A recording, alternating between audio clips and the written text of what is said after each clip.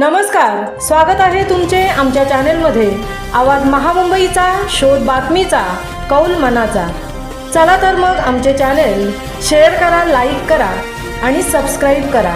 धन्यवाद। खेड मंडणगड मार्गावर भीषण अपघात, एसटी बस व दुचाकीची समोरासमोर धडक, दुचाकीस्वार ठार। खेड मंडणगड मार्गावरील भिलारे आयनी गावाच्या दरम्यान मंगळवारी दुपारी 3 वाजण्याच्या सुमारास एसटी बस आणि दुचाकी यांच्यात समोरासमोर जोरदार धडक होऊन भीषण अपघात झाला। या अपघातात तालुक्यातील आयनी येथील चव्हाणवाडी भागातील दुचाकीस्वार विलास कोरपे वय वर्ष 65 यांचा जागीच मृत्यू झाला।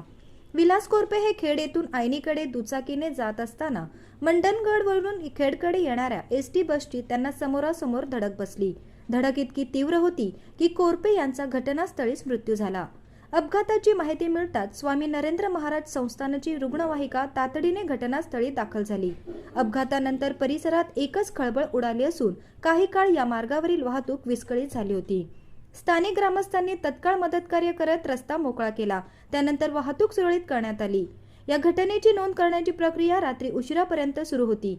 अधिक तपास खेड पोलीस करीत आहेत। आवाज महामुंबईचा साठी देवेंद्र जाधव, खेड।